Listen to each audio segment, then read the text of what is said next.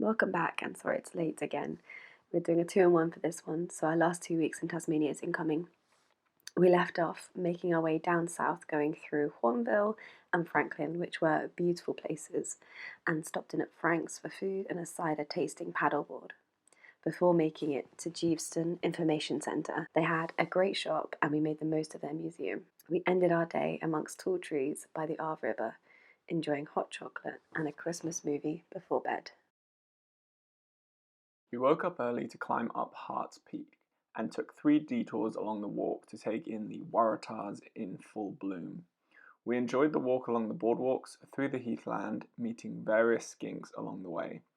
We stopped to enjoy Lake Esperance and continued on to Ladies Tarn before the final push saw us climb up to enjoy the views up on top of Hart's Peak.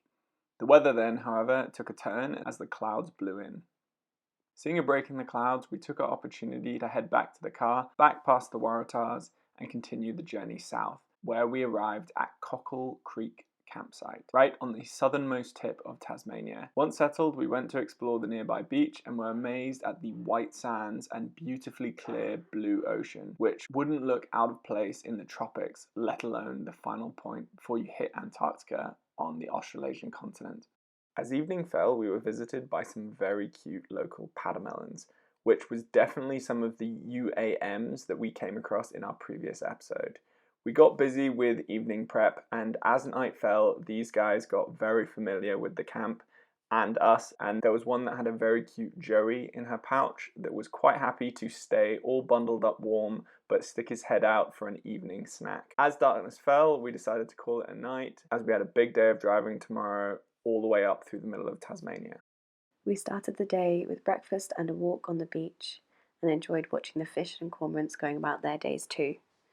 We had a lot of distance to cover, so did the scenic drive heading north via the outskirts of Hobart, through little villages and long roads, then more roads and more roads.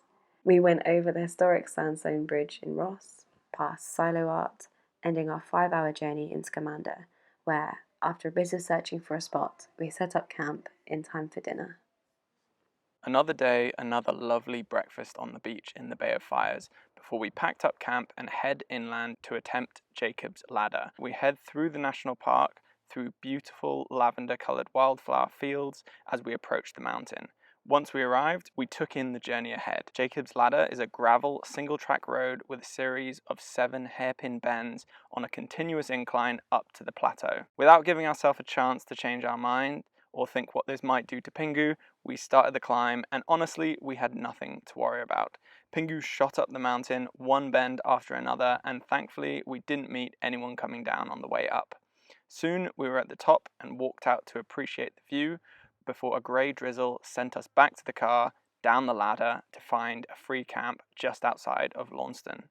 Next to the camp was a waterfall walk, so we started the day with a short walk to see the Lilydale Falls with our morning coffee, featuring some adorable Tasmanian wildlife. The next stop was Cataract Gorge First Reserve, which is an expansive area featuring the world's longest chairlift. This vast space also has peacocks roaming around, a suspension bridge, lakes, vibrant insects, and a few walks of varying difficulty.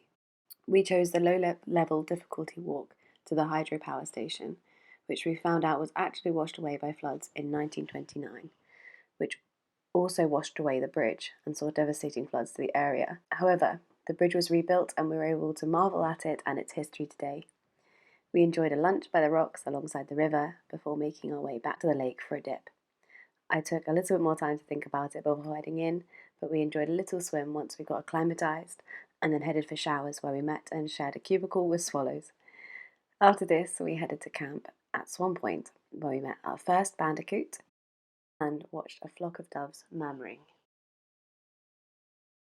Today was the exciting day where we were going to meet my family for Christmas. But before all that, we decided we had some time to visit the Queen Victoria Museum. In the museum, we enjoyed a closer look at the wildlife of Tasmania, focusing all things hopping. We also took some time to enjoy the science exhibit, possibly too much fun, before changing tracks and heading back towards Coles Bay, only stopping to fill the fridge with Christmas food for the week ahead. A little later than expected, we arrived in Coles Bay to welcome the family to Tasmania.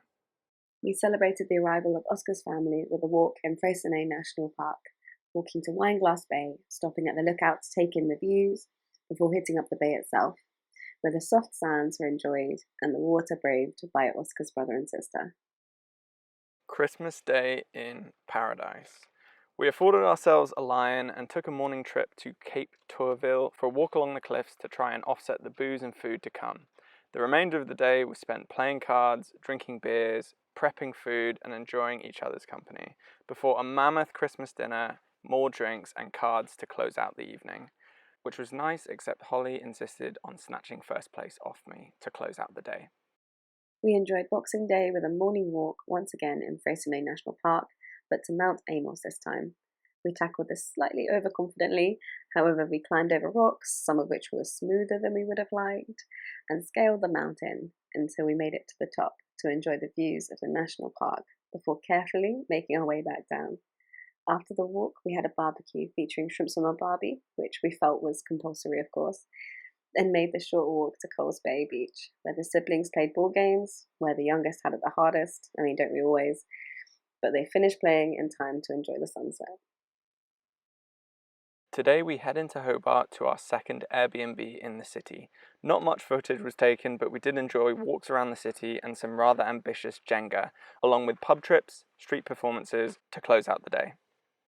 Today we got introspective and arty at Mona, which is the Museum of Old and New Art. It's renowned for being controversial with a wide variety of art.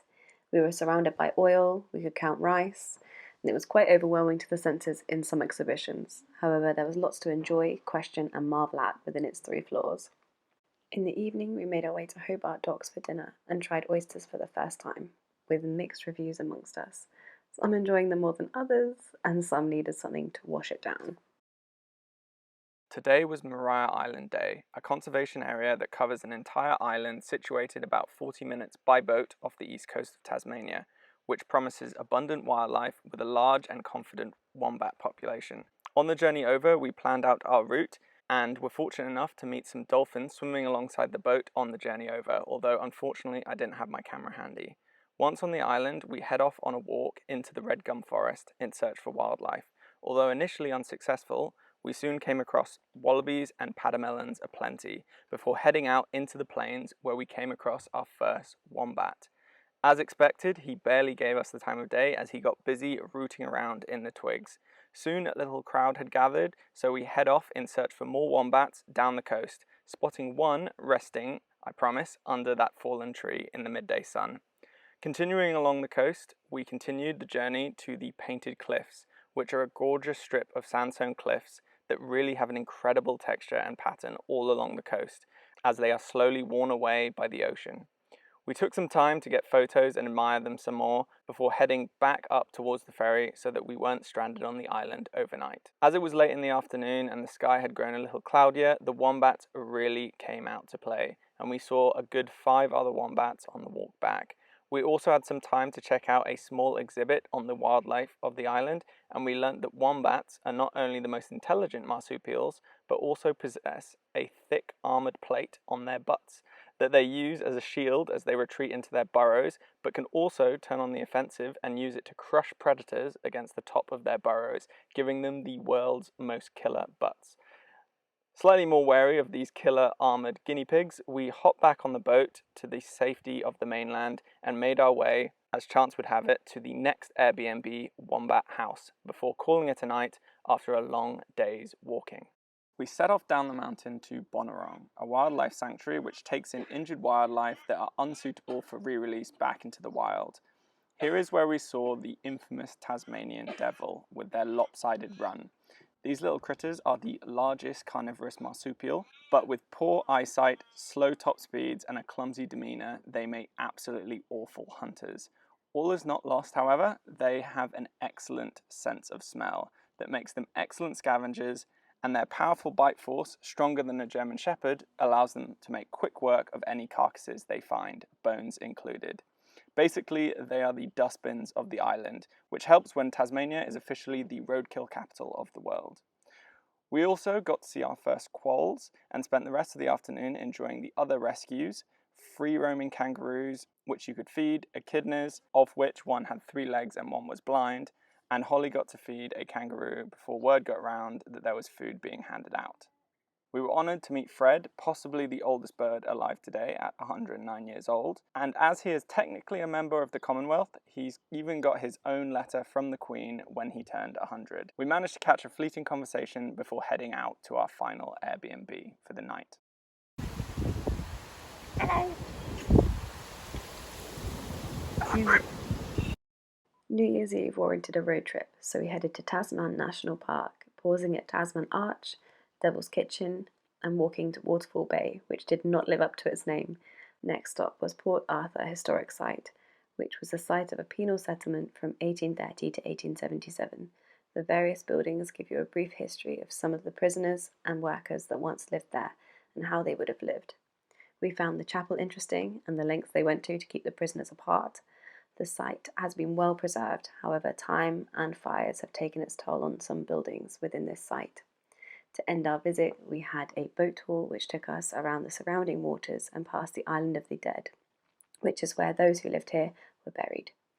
On from here, our next stop was a remarkable cave, living up to its name, although it doesn't come through as well on camera. The opening is actually also the shape of Tasmania. In the car park, we saw an echidna nuzzling in the ground for dinner, so we made our way back to the house for dinner, drinks, and to enjoy the New Year's moment. The next day was a slow one, remembering how to live in a car and getting back on the road to Sheffield, ready for the ferry the next day. We hadn't realised the first time we were here that Sheffield was actually known for its prolific murals, so we checked these out on our way to the ferry terminal, at which we arrived with plenty of time to spare. We boarded the ferry promptly and were guided into the depths of the ferry, parking before getting comfortable in the back of the ship again, ready to make our way to the mainland. Bless you. Thank you. Hi everyone, how are we all doing? Feel like a guilty child. Yeah, we're pretty late with this one. Had some complaints, sorry about that. Sorry for everyone who's waited, but we are back at it. We've ditched the family, we've left Tasmania, and now we should, well, I'm going to jinx it. I think we should be more on schedule with videos. Hopefully. Yeah. Sorry, but we have done a double episode this week. It's a double whammy. Yeah, it's really hot right now. Currently in the middle of Australia, in Kimba. Kimba, yeah, that's it. On Ayers Peninsula. On Ayers Peninsula, on our way westward, but that's not what we're here to talk about. We're here to talk about Tasmania, the end of Tasmania. Oh, we went to say about how weird it was having Christmas in the sun. Yeah, Christmas was lovely. Yes, really nice. Super warm.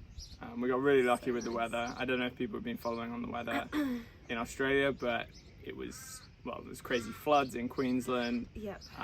It was kind of raining all down the east coast. Fires in the west. Yeah, the west is having crazy heat.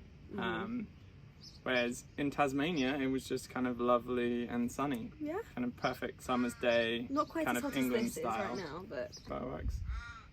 yeah, the Sydney fireworks lasted like 12 minutes, and I can't remember how long they last in London, but I feel like they don't last 12 minutes. We were watching them on the TV, and they also really screwed the countdown. Oh yeah, well, because of course you've got Big Ben in London. Yeah, there's no kind of clock. Yeah. I don't know, also, I don't know, it felt like the countdown was really rushed on TV, so... They kind of forgot, they were all like 7, 8, 5, 4, 3, 2, 1! Happy New Year! Happy New Year to everyone as well. Happy New Year. We want to talk about wildlife, the wombats.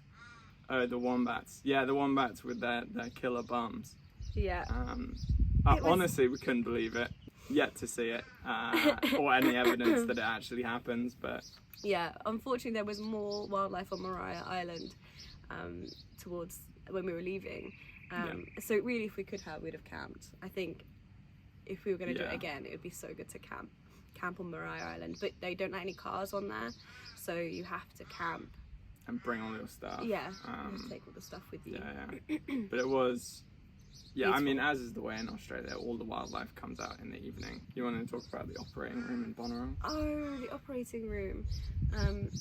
I just thought it was really cool. And within the sanctuary, so they have, apparently it's the only wildlife operating Theatre. place. Yeah, theatre.